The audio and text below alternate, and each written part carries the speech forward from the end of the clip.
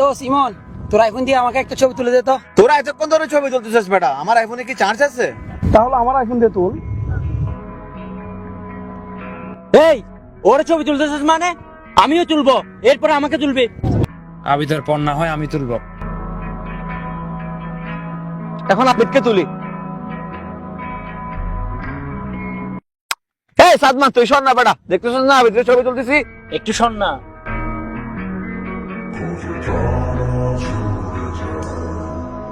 হইছে আবিদ, তোর তোলা শেষ।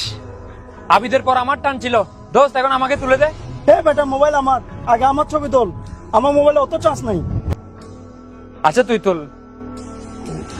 হইছে বেটা, তোরও তোলা শেষ। জলদি সে দেখ তো।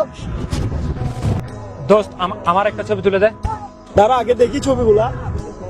দোস্ত অন্ধকার হয়ে যাচ্ছে, এত দূর আসছি, যদি আমি একটা ছবি তুলতে না পারি। আরে বেটা তুই তো মাথার উপর উঠে গেছস।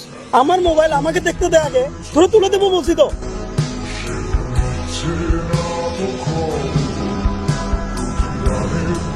আরে ও তো রাগ করছে মনে হয়।